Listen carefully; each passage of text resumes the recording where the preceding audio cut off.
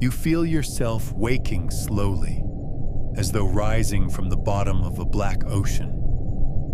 Your thoughts drift at first, tangled, soft, directionless. The air is cold, dry. There's a low mechanical hum in your ears. The cryopod is dim inside.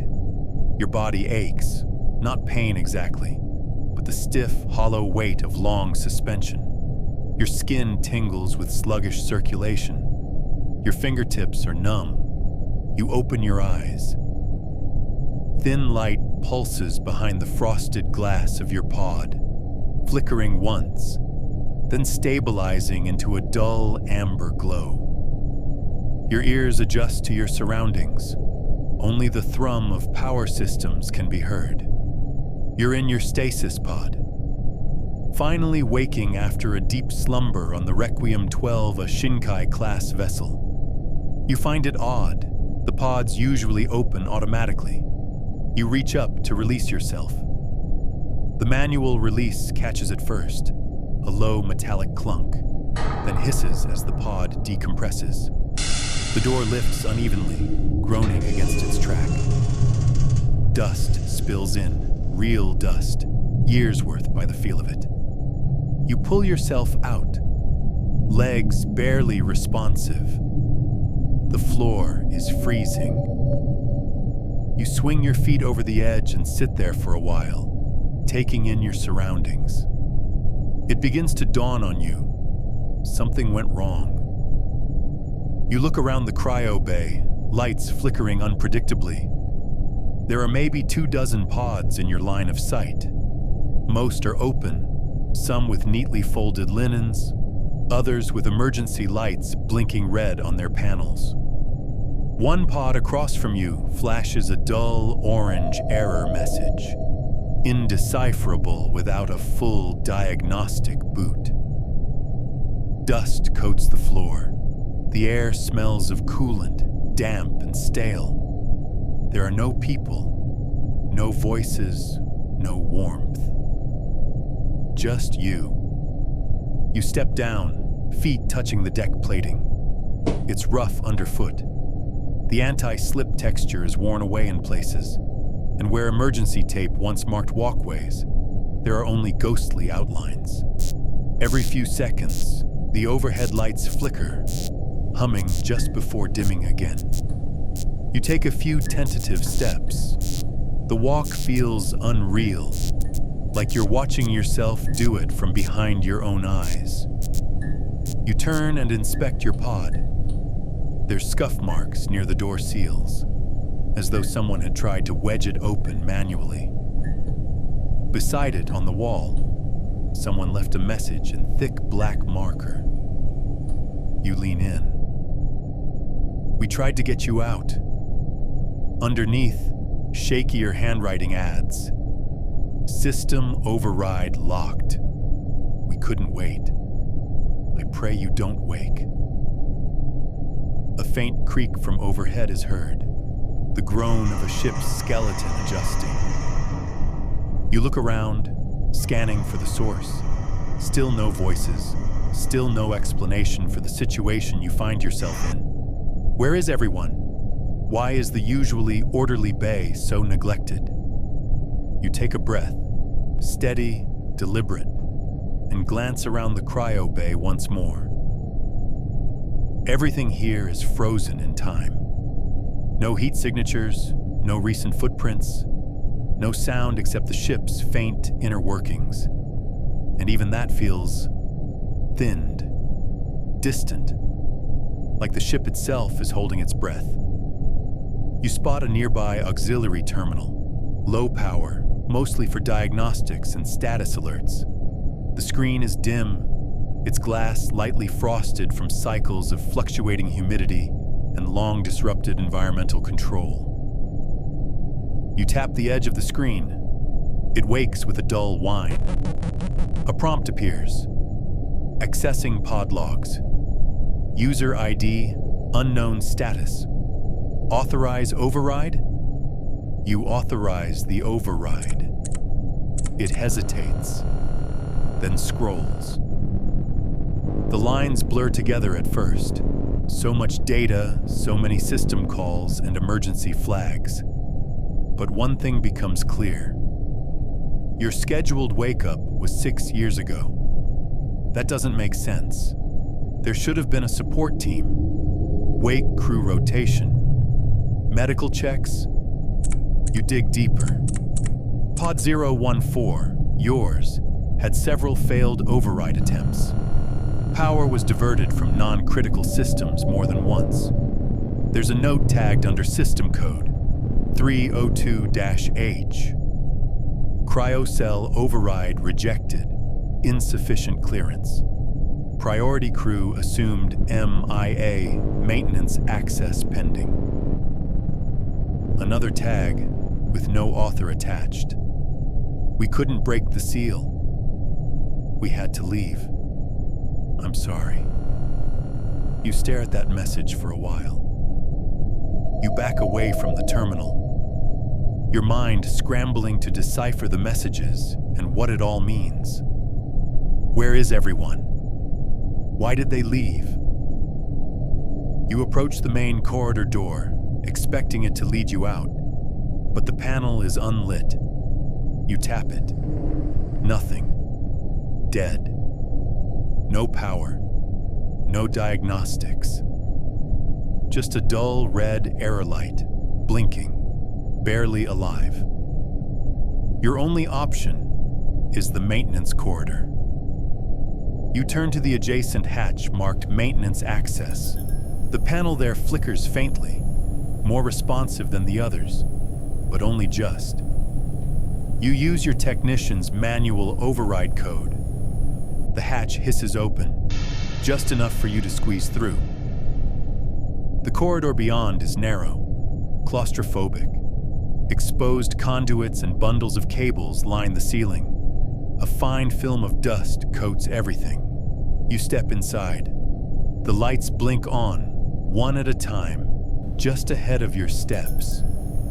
Each light awakens just before you reach it. You pass a bulkhead node, scorched, long dead. A blackened smear suggests an electrical surge, hinting to the ship's ailing electrical systems. The corridor bends, and there, a flickering sign, Observation Deck 2B. The door groans as it opens. You step through, and quiet washes over you. The observation deck is still. Beyond the wide dome of reinforced glass, space sprawls before your eyes. Silent, endless. Saturn's rings curve in faded bands. Broken rock and frozen dust glint under the far-off light. There in the field of black. Daphnis. The mission's destination. It sits in place, geosynchronous. Silent, empty. You lean close to the glass, your palm pressed to its cold surface, and then, just for a moment, behind you, something stirs. A sound from the corridor. You peer intently. The corridor's empty, but now, you are certain you are not alone. Perhaps it's a crewman. Maybe they can explain what's going on. You leave the observation deck behind, hoping to find whoever is still aboard. It seems the power here is more stable. Emergency lighting runs in pale blue strips along the corridor walls. Not bright, but enough. You're relieved to finally walk the main corridors again. The maintenance shaft was suffocating. This feels marginally better, until you start to notice what's left behind. The corridor curves gently, leading toward Crew Deck C, where the living quarters, mess hall, and personal storage and barracks are housed. The first signs are subtle. A tray on the floor, a fork half melted from some electrical discharge, a jacket, officer grade, discarded and half crumpled in the corner. Then, the more obvious ones, knocked over carts, scratches along the inner wall plating, long, shallow gouges that run horizontally, like someone was dragging metal, a blood smear near a keypad. None of it is fresh. None of it is comforting. You reach the communal galley hall first. Tables overturned, food packets spilled and trampled. One screen still plays a looping video. Volume down, image warped, audio track corrupted. You step carefully. On the far wall, a message has been scrawled in black marker. We are not alone. The air is heavy here, not physically, but in feeling. Like the ghosts of movement still linger just out of sight. Further down, you reach the sleeping quarters. Doors are open, one after another. Most are stripped, uniforms gone, personal items scattered or taken. But others show signs of chaos. Footlockers pried open, data pads shattered, bedding left in heaps. A barricade spans the corridor ahead. Not a professional one. No bulkhead or lockdown. Just chairs, crates, and storage bins hastily stacked waist-high, forming a choke point. Behind it, more writing, this time in deep black marker. Get to launch Bay 3. You step around the barricade. Your boots echo. It's quiet here, as though this part of the ship has fallen into a deeper silence. Or maybe it's the memories you have of it being so lively. Ahead, you see the door marked Technician's Barracks. You're almost to your locker. You take 3 steps forward, and the lights go out. A massive shudder pulses through the decks. A lurch you feel in your teeth. Metal flexes. The air pressure drops slightly, just enough for your ears to pop. Dust sifts from overhead vents. A low, long creak moves through the bulkheads, like something deep in the ship's structure, adjusting under strain. You freeze. Darkness presses in for several long seconds. No emergency lights, no guidance beacons. Only the thrum of inert gravity and the fading echo of that groan. Then, the power returns. Lights buzz on, vents hiss, terminals reboot in silence. It takes a moment before your eyes adjust. A feeling of tension fills the air, as if something, somewhere aboard, was disturbed. The ship hums with low, shallow power, enough to function, but just barely. You take a breath, then another, and finally, you step toward the technician's barracks. The door slides open. Inside, the room is cramped, the kind of practical space built for rotating shifts and low-gravity access. Rows of lockers line both walls. Many hang open, their contents scattered, abandoned. But yours is still sealed. Unit C12. You key in your code. The panel lights blink twice, then click green. The locker opens with a hiss. Inside, your keycard still in its holster. A folded uniform, 2 sealed memory tabs, personal logs untouched. You take it all, sliding the keycard into your belt. But one item sits tucked into the corner. A photo, printed on old composite paper. A group shot. The crew of Requiem 12, standing in the processing hall at Horizon Accord Station. Horizon Accord Station, the crown jewel of humanity's orbital infrastructure. A massive tethered megastructure suspended in geosynchronous orbit above the Pacific Rim. Acting as both a deep space manufacturing facility and logistical launch platform. Built under the unified direction of the UEC, the station is jointly administered by the 3 founding corporate powers. Each faction oversees its own research districts, production arms, and docking platforms. But all operations are bound by the Accord Charter, an international treaty ensuring peaceful technological collaboration beyond the Earth-Moon system. The station's spine, a kilometer-wide multi-level tether core, connects orbital facilities to a planetary elevator stretching down to the equatorial surface, enabling near-continuous cargo, personnel, and fuel transfers without reliance on rocketry. From Horizon Accord Station, ships like Requiem 12 are born.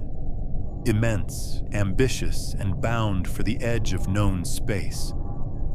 The photo shows the mixed crew of the Shinkai-class Requiem 12, made of members from the Japanese Kyokuto Interstellar Industries, Russian Volnova Dynamics, and American Aegis Tech Global. They look happy. They're regular people, not interested in politics, profit, and competition. They didn't know.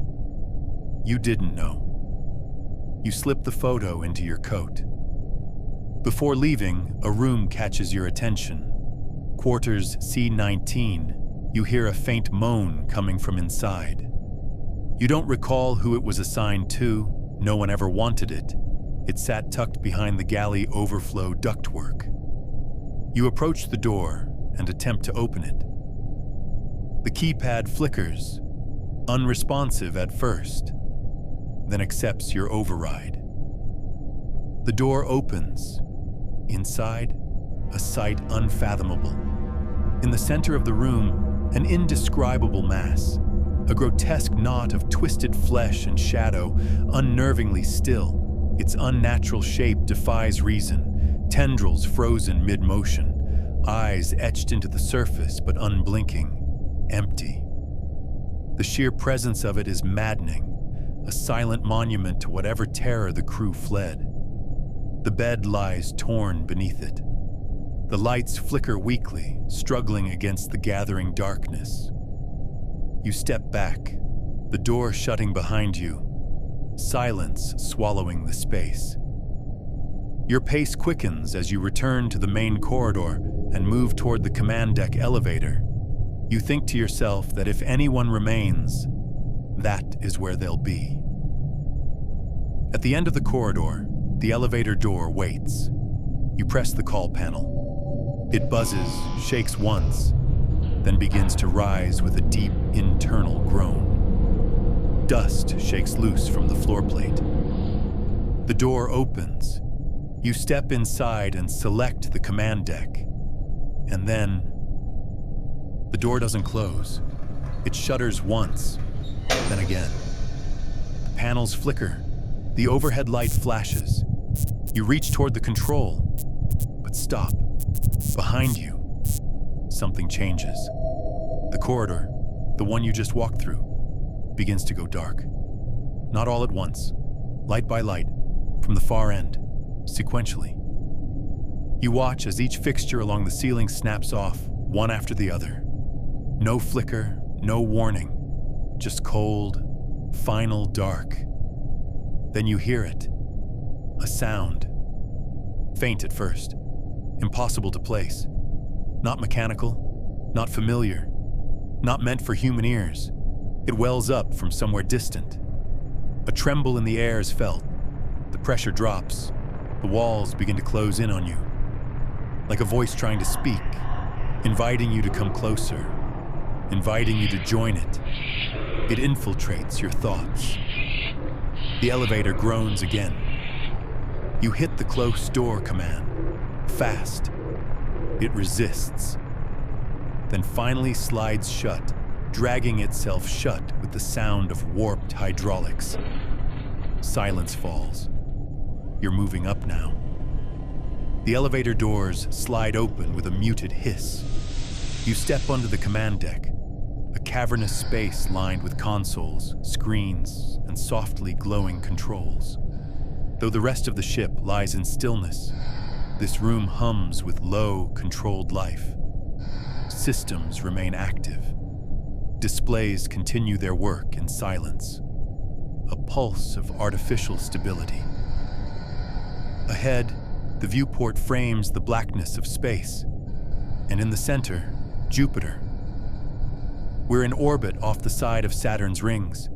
Its pale surface catches the dim sunlight in long, broken lines, casting soft glows that shimmer like oil beneath a vast and uncaring planet. a titan wrapped in storms and colorless light. The rings curve across your vision, silent and endless, debris circling in frozen obedience. It's beautifully terrifying in its scale. You approach the main console. A warning prompt greets you immediately, blinking in sharp contrast against the deep blue interface. Captain override required, access denied. No other options, no backdoors, no errors, just a dead end. You scan the rest of the interface. On a secondary panel, something catches your attention. A small system node buried beneath operational logs. COM relays. Offline local lockout. Manual broadcast inhibition enabled. They turned everything off. No pings, no signals, no outgoing telemetry. The Requiem 12 was silenced on purpose, as if its disappearance were intentional, as if someone had made the decision to vanish it entirely. You stare at the screen for a long moment. The crew is gone. Dead. Missing. Evacuated. You don't know. You may never know. But they left this ship here, and they did not want it found. The captain's override is your only path forward. If he's still on board, alive or otherwise, I need to find him. And that means returning to the lower decks, returning to where that thing is. You don't know what it is. You're not sure your mind can even hold the shape of it. It hadn't moved. But that doesn't mean it was dormant. It could be anywhere now. It could be making its way here. That thought lands in your chest, like a stone. Your fingers tighten around the photo in your coat. The smiling crew. The station. Earth, far behind you. You close your eyes for a moment, long enough to push back the rising tide of dread. You wish you had never woken from your slumber.